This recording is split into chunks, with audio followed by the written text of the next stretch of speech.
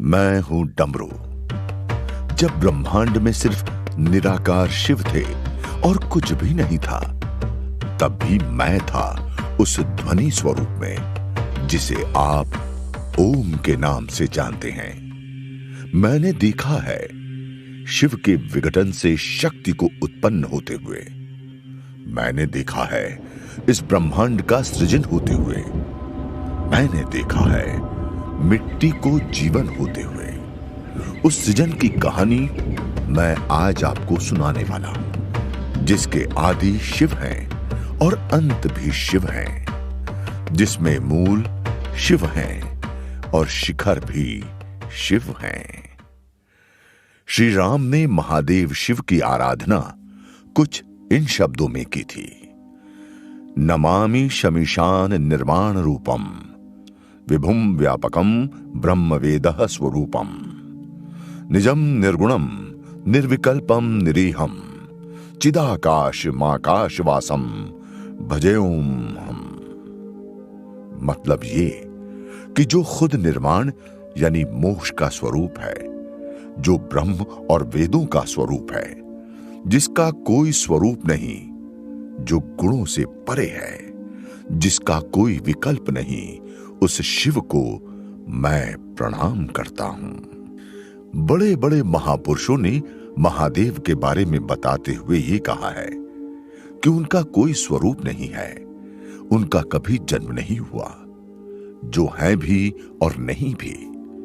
फिर महादेव का जो स्वरूप हम जानते हैं, जिसमें उनकी जटाएं हैं, जटाओं में गंगा है, मस्तक पर चंद्रमा है, गले में सांप है, रुद्राक्ष की माला और भस्म से सजा महादेव का एक मानव शरीर है। ये शरीर और ये स्वरूप कहां से आया? जो खुद ब्रह्म स्वरूप है, उसे एक रूप लेने की जरूरत क्यों आ पड़ी?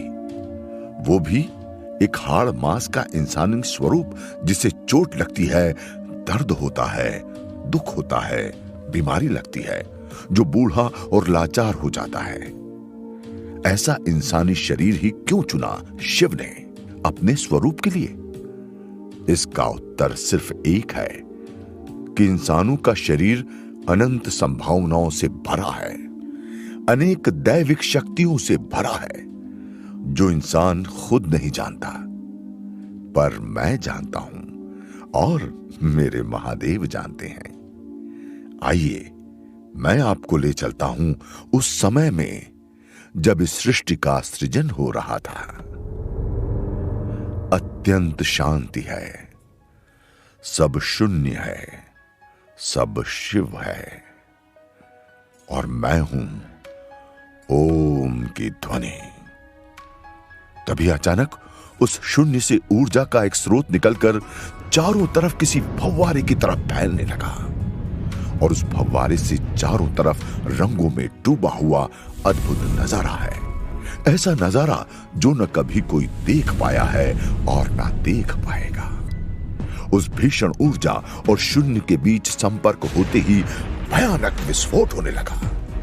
हर तरफ चिंगारियां चलने लगी, भीषण आवाजें पैदा होने लगी, और देखते ही देखते शून्य यानी निरंकार शिव से कोई गोलाकार पिंड फूट फूट कर बाहर निकलने लगे। ब्रह्मांड, आकाश गंगाएं, तारों और ग्रहों का निर्माण शुरू हो गया। पल भर में ही करोड़ों आकाश गंगाएं हर दिशा में फैल गई। उनमें से कुछ पिंड जो भीषण अग्नि से जल रहे थे, वो सूरज बने, और बाकी ग्रह अलग अलग खगोलीय पिंड बने। पर शून्य में इस प्रतिक्रिया का कारण, वो ऊर्जा आखिर आई कहां से? वो ऊर्जा और कोई नहीं, साक्षात निरंकार शिव के विघटन से उत्पन्न हुई मां जगत जननी जगदम्बा है। शिव ने शक्ति को खुद से अलग कर इस संसार का सृजन किया, और इस बेहद खूबसूरत और महत्वपूर्ण घटना का साक्षी बनकर मैं धन्य हो गया। परंतु शिव और शक्ति एक दूसरे को पूरा करने वाले हैं। बिना ऊर्जा के शून्य में सृजन कैसे होगा? शिव और शक्ति का दोबारा मिलन कैसे होगा? क्या सृष्टि के सृजन के कारण शिव शक्ति हमेशा के लिए जुदा हो जाएंगे? इन सवालों से मेरा मन व्याकुल हो रहा है। तभी ब्रह्मांड में एक सुखद अनुभूति फैलती है। खुशबुओं का एक तूफान सा आता है। ऐसा लगता है कि सुगंधित फूलों के एक खूबसूरत बागीचे में हजारों तितलियां उड़ रही हैं। कुछ बेहद शुभ होने वाला है। कोई अनोखी उत्पत्ति होने वाली है जो इस संसार को सुखी और संपूर्ण बना देगी। देखते ही देखते कल कल करती ध्वनि पूरे ब्रह्मांड में फैल जाती है। ये ध्वनि क्षीर सागर की है। दूध का बना ये सागर संसार की सबसे बेहतरीन संरचनाओं में से है और इस सृजन में एक बेहद महत्वपूर्ण भूमिका निभाने जा रहा है, क्योंकि ये क्षीर सागर घर बनने वाला है महादेव के सबसे प्रिय भगवान विष्णु का। इस जग के पालनहार भगवान विष्णु उस क्षीर सागर में शेष नाग पर लेटे हुए प्रकट होते हैं और मानो इस ब्रह्मांड में रंग भर जाता है।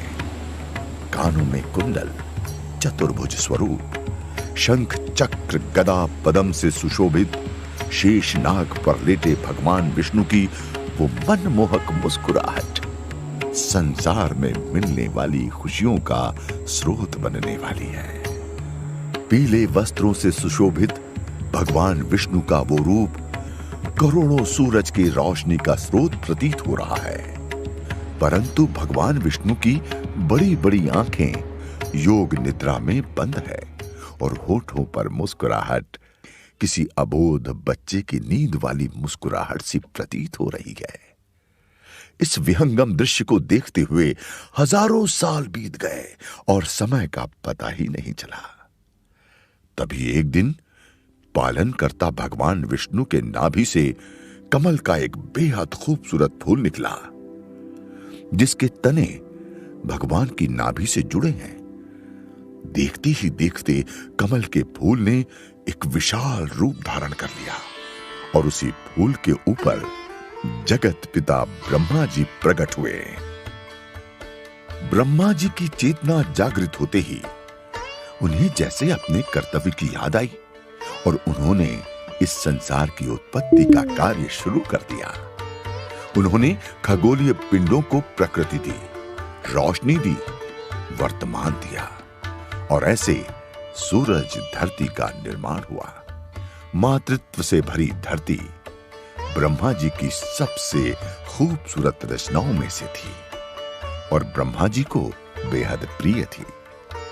धरती में जीवन पैदा करने की एक अद्भुत क्षमता थी, इसलिए ब्रह्मा जी ने धरती पर जीवन का बीज डाला और देखते ही देखते मां धरा तरह तरह के पेड़ पौधे से सुसज्जित एक हरी चादर से ढक गई और जीवन का सृजन शुरू हो गया। यही धरती ब्रह्मा जी की सबसे महान कृति कालांतर में मानवों का घर बनी। मानवों के सृजन के साथ ही ब्रह्मा जी का कार्य समाप्त हुआ। इस विहंगम सृष्टि को देख पाना दो नेत्रों से संभव नहीं है, इसलिए ब्रह्मा जी ने अपने लिए 5 सर बनाए, जिससे वो अपने सृजन पर हर दिशा से नजर रख सकें। ब्रह्मा जी जितना अपनी सृष्टि को देखते उतना गर्व होने लगा उन्हें और धीरे धीरे ये गर्व अहंकार में बदल गया। इस संसार में प्रथम होने के अहंकार में वो ये नहीं समझ पाए कि वो जिस कमल पर बैठे हैं वो भगवान विष्णु के नाभि से निकला है और भगवान विष्णु उनसे पहले इस संसार में विद्यमान है।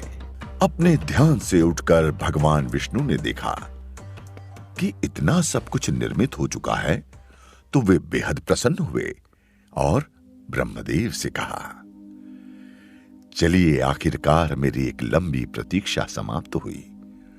इस ब्रह्मांड में न जाने कितने वर्षों से मैं अकेला ही हूं। अब तक मेरे बाद कोई ना आया।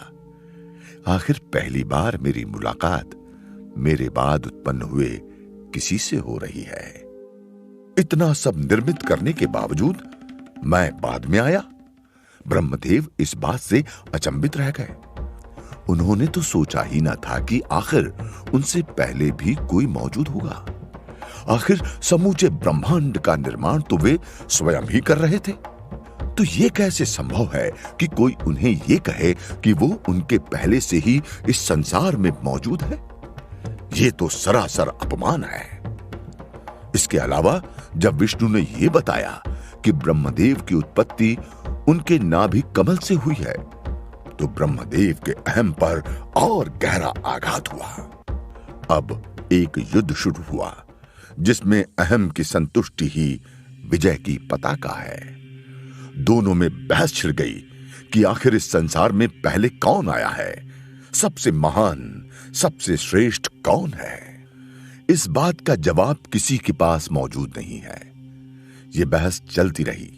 विष्णु के नाभि से जन्मे ब्रह्मदेव को अपने निर्माण पर घमंड है, लेकिन आखिरकार यह श्रेष्ठता की बहस कब तक चलती? संसार का सामंजस्य भी इस समन्वय पर टिका है और इस होड़ में वो सामंजस्य बिगड़ता गया। आखिर निर्माता और पालनकर्ता के बीच के मतभेद को यह संसार कब तक सह पाता? तभी शून्य में से एक प्रज्वलित अग्नि पिंड उत्पन्न हुआ। उस पिंड में धड़कती ज्वाला से विष्णु और ब्रह्मदेव दोनों ही चकित रह गए। जहां भी वे दोनों अपने बीच के मतभेदों को खत्म करने में सफल नहीं हो पाए थे, एक ऊर्जा का इस तरह से प्रकट होना दोनों के लिए बड़ा सवाल है। आखिर ये पिंड क्या है? इस पिंड का इस तरह शून्य से उत्पन्न होने का क्या अर्थ है? इस प्रश्न का जवाब दोनों में से किसी के पास मौजूद नहीं था, और इस सवाल का जवाब हो भी कैसे सकता था? महादेव शिव के बारे में किसी भी बात से अनभिज्ञ थे विष्णु और ब्रह्मदेव। इतनी ऊर्जा, इतनी शक्ति इस पिंड में कैसे? उस पिंड को देखकर दोनों के आश्चर्य की सीमा न रही। ब्रह्मदेव और विष्णु दोनों अपनी श्रेष्ठता की होड़ भूलकर उस पिंड को आश्चर्य भाव से निहारने लगे। तभी उस पिंड से एक आवाज आई। उस आवाज में शांति के साथ साथ निर्णायक भाव भी था। आप दोनों में से कौन श्रेष्ठ है, इस बात का निर्णय मैं करूंगा। और देखते ही देखते उस पिंड का आकार बढ़ने लगा। किसी को भी इस बात का आभास नहीं था कि आखिर वो पिंड है क्या। असल में उस पिंड का रहस्य क्या है? अब उस पिंड का आकार इतना बढ़ गया कि किसी को भी उसका छोर न मिल सके। अनंत शिराओं का टोह पाना ब्रह्मा और विष्णु दोनों के लिए कठिन था। आखिर साक्षात महादेव शिव की लीला को इस ब्रह्मांड में कौन जान सकता है? फिर सन्नाटे को चीरती हुई आवाज आई। आप दोनों के बीच बहस का कारण यही है कि आप में से श्रेष्ठ कौन है। आखिर पहले इस संसार में कौन आया है? इसके लिए एक प्रतियोगिता का आयोजन करते हैं। आप दोनों में से जो भी इस पिंड का अंतिम छोर या फिर प्रारंभ खोज पाएगा, वही श्रेष्ठ कहलाएगा। अब इस प्रतियोगिता को जीतकर खुद को श्रेष्ठ कहलाने की आकांक्षा में ब्रह्मदेव और विष्णु दोनों निकल पड़े। विष्णु भगवान ने ब्रह्मदेव की बनाई इस सृष्टि के कई चक्कर लगा लिए। पेड़ पौधे, जीव जंतु, नदी तालाब, इतनी सुंदर रचनाएं ब्रह्मदेव ने बनाई थी कि कोई भी उस पर मोहित हो सकता था। लेकिन फिर विष्णु भगवान उस पिंड का प्रारंभ खोजने के लिए चलते रहे।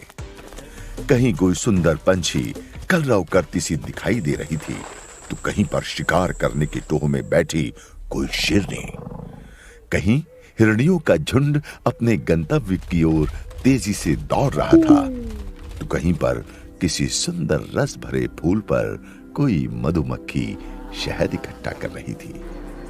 ये सारा दृश्य बेहद सुंदर और मनमोहक था। लेकिन भगवान विष्णु का लक्ष्य तो कुछ और ही था। ब्रह्मांड की परिक्रमा करते करते जब भगवान विष्णु थक गए, तो उन्होंने उस पिंड को छुआ। और उस पिंड के स्पर्श मात्र से ही एक करिश्मा हुआ। भगवान विष्णु एक गहरी शांति से भर गए, जैसे कि उनके अंदर एक अथाह ज्ञान का प्रवाह हो गया हो। ऐसा ज्ञान जो मन को आनंदित कर देता है, ऐसा ज्ञान जो मस्तिष्क को शांत कर देता है। इस ज्ञान के प्रवाह से ही भगवान विष्णु को आभास हुआ कि असल में इस प्रज्वलित पिंड का कोई और छोर संभव ही नहीं है। यही ब्रह्म है, यही ज्ञान है। संसार का समस्त ज्ञान असल में इसी पिंड में समाहित है। दूसरी ओर ब्रह्मा जी अपनी ही बनाई धरती में इस पिंड का प्रारंभ खोज रहे थे, लेकिन उनके हाथ भी कुछ न लगा। अब ब्रह्मदेव भयग्रस्त हो गए।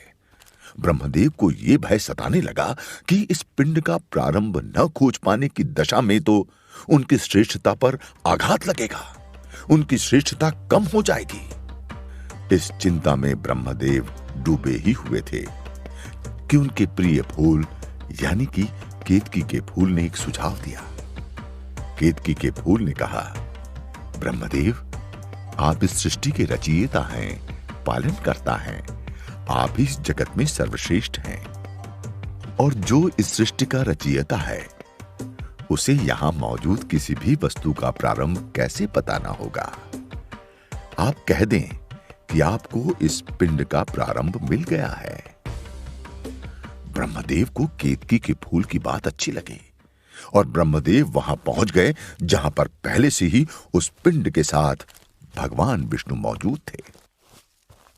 ब्रह्मदेव की मुस्कान को देखकर विष्णु ने ब्रह्मदेव से कहा, मुझे तो ये पिंड अनंत लगता है। ये पिंड एक अनंत ज्ञान के स्रोत की तरह है, लेकिन यह संभव है कि ब्रह्मदेव को इसका अंत मिल गया हो। यह सुनकर ब्रह्मदेव ने जवाब दिया, हां बिल्कुल, आपकी बात सत्य है। मैंने इस पिंड का अंत ढूंढ लिया है। आपको विश्वास न हो तो आप केतकी के फूल से पूछ सकते हैं। केतकी के फूल ने भी ब्रह्मदेव की बात में हामी भरी, लेकिन उस पिंड यानी कि महादेव को उस झूठ का पता तुरंत ही चल गया। महादेव शिव से कोई बात छिपी है जो अब छिपेगी? पिंड से तुरंत ही आवाज आई, इसका आदि या अंत पाना संभव नहीं है। ये पिंड एक अनंत ज्ञान है। ये एक अनंत ज्ञान का स्रोत है और इस अनंत ज्ञान के स्रोत का आदि या अंत पा लेना तो असंभव है। तो ये कहना कि मैंने आदि और अंत पा लिया है, झूठ है। इस घटना के बाद वहां पर कुछ अद्भुत होना शुरू हुआ। वो पिंड जो अब तक एक प्रज्वलित पिंड सा था, जिसमें से एक ऐसी रोशनी निकल रही थी जो ब्रह्मदेव और विष्णु दोनों को अचंभित कर रही थी। दोनों इस बात से चकित थे कि आखिर वहां पर हो क्या रहा है। आखिर ये कौन सी घटना है जिससे वे दोनों अनभिज्ञ हैं। जहां विष्णु किसी भी सृजन से पहले इस संसार में मौजूद हैं, वहीं ब्रह्मा ने ही समस्त संसार का निर्माण किया है। इस संसार के निर्माण के समय तो उन्होंने किसी ऐसी अद्भुत चीज का निर्माण तो किया ही नहीं। तो ये क्या हो रहा है? देखते ही देखते उस पिंड को चीरते हुए महादेव शिव प्रकट हो गए। महादेव शिव की आभा आश्चर्यजनक रूप से अद्भुत थी। गले में सर्प, जटाओं में चंद्र, शरीर पर भस्म और चेहरे पर तेज के साथ साथ एक शांति। महादेव के इस अद्भुत स्वरूप को देखकर ब्रह्मदेव और विष्णु दोनों ही चकित रह गए। वे दोनों ही उस आभा में खो से गए। आखिर ऐसा हो भी क्यों ना? महादेव का स्वरूप ही कुछ ऐसा है। चंद्र, सुंदर जटाएं, चेहरे पर साधना सा तेज। इस चमक रहे तेज से पूरे ब्रह्मांड में एक अखंड रोशनी का प्रवाह हो गया। एक अलग शक्ति थी उस तेज में, उस रोशनी में। महादेव के उस स्वरूप को देखकर विष्णु और ब्रह्मदेव चकित रह गए। शिव का साकार रूप देखकर कोई भी उसमें समा सकता है। श्रेष्ठता का युद्ध समाप्त होकर कब आश्चर्य में बदल गया, ये किसी को पता ही नहीं चला। ब्रह्मा का अहंकार महादेव शिव ने बस एक क्षण में ही समाप्त कर दिया।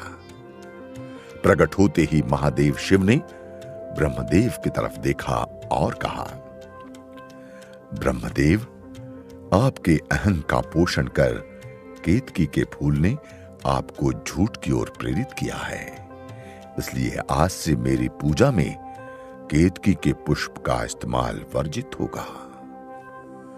महादेव शिव ने आगे कहना जारी रखा, लेकिन ब्रह्मदेव, आप भी अहं के कारण श्रेष्ठता के लोभ में पड़ गए और इसी कारण से आज से आपकी पूजा भी नहीं की जाएगी। ब्रह्मदेव ने अपनी गलती को स्वीकारा और कहा, महादेव, आपने मेरे अहं का नाश किया है। न जाने श्रेष्ठता की होड़ में मैं कब झूठ के चंगुल में फंस गया। आपने मुझे नया मार्ग दिया, इस कारण से मैं आपका आभारी हूं। इसके बाद महादेव शिव ने भगवान विष्णु की ओर देखते हुए कहा, आपने सत्य को पा लिया, इस कारण से आपके सभी स्वरूपों की पूजा की जाएगी। आप अपने सभी रूप में पूजनीय होंगे। आज भी ब्रह्मदेव की पूजा निषेध है और बेहद सीमित जगहों पर ब्रह्मदेव की पूजा की जाती है। और इसी के साथ निर्माण हुआ त्रिदेव का, ब्रह्मा, विष्णु और महेश, पालक, निर्माता और संहारक। ये त्रिदेव ही इस जगत को सुचारू रूप से चलाने के लिए जिम्मेदार हैं। त्रिदेवों का तो निर्माण हो गया, पर शिव अब भी अधूरे थे। संसार को सुचारू रूप से चलाने के लिए शिव को शक्ति से मिलना होगा, पर कैसे, कब और कहां, अभी तो बहुत अड़चने आनी हैं। धीरे धीरे ब्रह्मदेव द्वारा निर्मित संसार में तमस की वृद्धि होनी शुरू हो गई। शिव ने देखा कि असल में ब्रह्मदेव द्वारा निर्मित यह संसार भी दोषहीन नहीं है। इंसानों के स्वभाव में राग, द्वेष, लोभ, मोह और क्षोभ का वास है। इस संसार में दुख बढ़ता ही जा रहा है। अपराध का हर तरफ बोलबाला है। इंसानी स्वरूप में महादेव को भी इंसानी पीड़ा महसूस होनी शुरू हो गई और वो व्याकुल हो उठे। इन पीड़ाओं से निजात के लिए महादेव शिव ने योग और ध्यान की पद्धति रची और ध्यान में लीन हो गए। मृगछाल पर विराजमान महादेव अपनी तपस्या में लीन हो गए और इस प्रकार से कई वर्ष बीत गए। इस तपस्या के फलस्वरूप धीरे धीरे महादेव शिव ने अपने मन को तो काबू कर लिया और अनंत शांति और सुख पा लिया। लेकिन वे ये भूल गए कि संसार के प्रति उनका दायित्व भी है। वे ये भूल गए कि संसार की उत्पत्ति के लिए वो शक्ति से अलग हुए हैं और उनका शक्ति से मिलन बेहद जरूरी है। संसार में अव्यवस्था हो गई। सभी देव इस मिलन के लिए परेशान हो गए। अब शिव और शक्ति के मिलन के लिए माया रची गई। ब्रह्मा के पुत्र दक्ष ने शिव और शक्ति के मिलन का बीड़ा उठाया और शक्ति की तपस्या शुरू की ताकि वो शक्ति को बेटी के रूप में पाकर महादेव को सौंप सकें। लेकिन शक्ति को प्रसन्न करना भी इतना आसान नहीं था। जगत जननी मां की प्रतीक्षा और अपने बेटे दक्ष की तपस्या ब्रह्मा से देखी न गई। तब ब्रह्मा जी ने शिव के ध्यान को तोड़ने के लिए वेदों की निंदा शुरू की। ब्रह्मा के कुल 5 सरों में से एक ने शिव के ध्यान को तोड़ने के लिए वेदों की निंदा शुरू की। ब्रह्मा का एक सर वेदों की निंदा कर रहा था। तभी महादेव का ध्यान टूटा और उन्होंने ब्रह्मा का एक सर काट दिया। अब ब्रह्मदेव के पास सिर्फ 4 सिर ही बचे रह गए। इसी बीच दक्ष की तपस्या पूरी हुई। लेकिन जब दक्ष ने अपने पिता का एक सिर कटा देखा तो वो क्रोधित हो उठा। दक्ष को ब्रह्मदेव ने पहले से ही प्रजापति की पदवी दी हुई थी और दक्ष ने भी धरती पर एक सभ्यता का निर्माण पहले से ही किया हुआ था। दक्ष अपने पिता का कटा सर देखकर गुस्से से भर गया और उसने कसम खाई कि अब वो शक्ति को कभी भी शिव से नहीं मिलने देगा। वहीं दूसरी ओर दक्ष की तपस्या से मां जगदजननी शक्ति प्रसन्न हो गई और उन्होंने दक्ष को वरदान दिया कि दक्ष, अब मैं तुम्हारी पुत्री के रूप में जन्म लूंगी और शिव शक्ति के मिलन का कारण बनूंगी। दक्ष को यह वरदान तो मिल गया, लेकिन अब परिस्थितियां अलग थीं। अब प्रजापति दक्ष अपने पिता के अपमान का बदला लेने के लिए शिव का शक्ति से होने वाला मिलन रोकना चाहता है, लेकिन शिव बिना शक्ति के अधूरे हैं। दक्ष की प्रतिज्ञा के बावजूद कैसे होगा शिव और शक्ति का मिलन?